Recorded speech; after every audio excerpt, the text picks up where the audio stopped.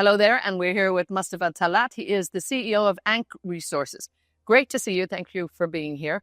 Thank you. And just, as a junior miner player in the Egyptian market, tell me just a little bit about where do you sit in that level here? There's probably great opportunities, a few challenges. Just give me a feel for what it's like to be a junior miner here. Well, there is no doubts about the quality of the geology of Egypt and also the quality of the infrastructure that the government have spent the last decade, developing, and it's really doing well. The typical challenges for any new developing jurisdiction will be like the interactivity and the working hand to hand with the governments in order to maybe tune the regulatory reforms that need to be tuned. And what we see as a company directly involved in Egypt, that the government is really doing what they have to do by listening, working together hand to hand, and also sharing the positive messages across all with equal rights. And we hope that reflect on more companies coming to operate in Egypt and more appetite for investors to come to our jurisdiction. Bring us up to date with the project you're working on at the moment, Wadi Dara, and any milestones that have been happening on that. I'm hearing great news around it. Actually, Wadi Dara is considered the potential to become the first gold copper mine for Egypt. And this is based on geological evidence, When we were coming into the project, initially we knew about the pre-existence of gold and copper, but it was really surprising to see the copper exposures that we have access to and how big it can be, and the potential to become a tier 1 gold copper mine is really boosting our energy and make us more excited about taking this into development every day. Now, you mentioned about the legal framework and the regulatory framework. Talk to me a little bit about the Model Mining Exploitation Agreement.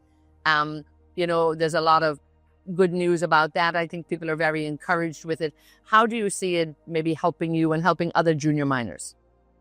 It's, of course, works as a big enabler. When you are exploring with a certainty about the exploitation terms, this is what drives the investments towards the country. You all know that the conference have been putting this topic as a main item because it's a big milestone. And from my point of view, it's the second biggest milestone since the change of the mining code itself to rent, royalty, and tax.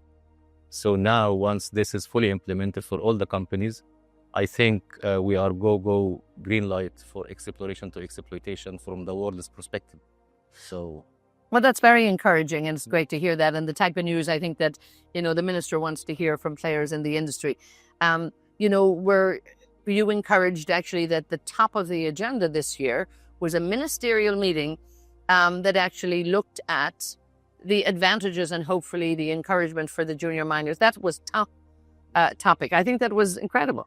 Of course, because you see, again, there is no doubt about the quality of the geology and many other factors that are making Egypt more advantageous for investors to look at.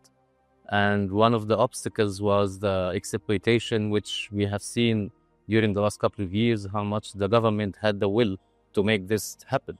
And working hand to hand with the major players like AngloGold, Barrick, they have all the experience to steer it with the government in the right way.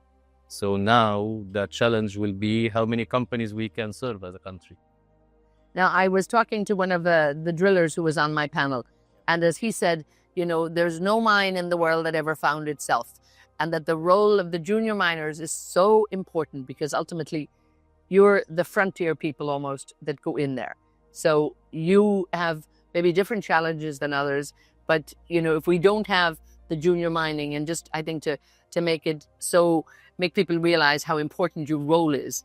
If we don't have the junior miners, well, we probably don't have a mining industry in many ways, do we? We need to look at the recent history. Santamin started as a junior explorer in Egypt, and it ended up making a transaction of $2.5 billion by taken over by AngloGold Ashanti, the second biggest gold producer in the world.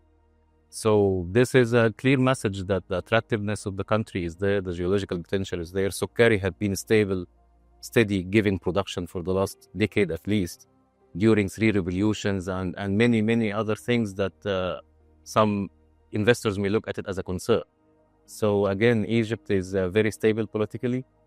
We have shrinking inflation rates. We have lots of advantages that companies and investors may look at in a positive way. One of the main things that the government now have finally changed is the exploitation terms. So now I think we are in the right track to become a real mining hub in the North Africa. Now, at this forum here, the Egypt Mining Forum, this is the 4th year we've had it. Yep. I've seen it grow from strength to strength. Talking to the people that you met here, and there was a lot more people this time, what was the general feeling that you got from people? Increased confidence. This is really a good message to hear that I see today and yesterday many new investors coming to check what's happening from the ground.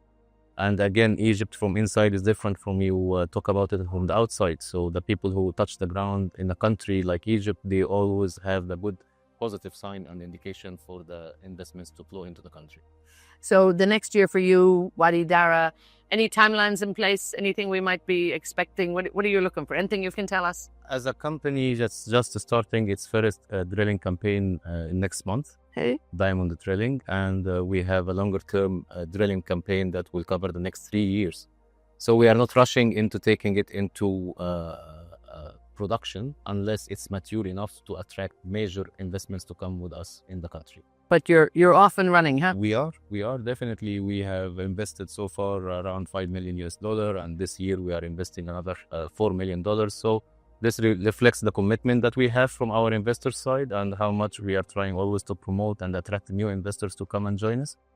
To develop a big scale mine, you need like 10 years and like $2 billion budgets to invest. And this don't come easy. It comes as a shared responsibility between us as junior explorers doing what we have to do, and also the government doing what they have to do to promote the sector and also to show to all the newcomers that Egypt is a friendly jurisdiction for this mining. And I think, all of these parts are coming together. Yeah. Mostafa Talaat, thank you so much from ANKH Resources, the CEO. Thank you so much. Thank you so much. Thank you.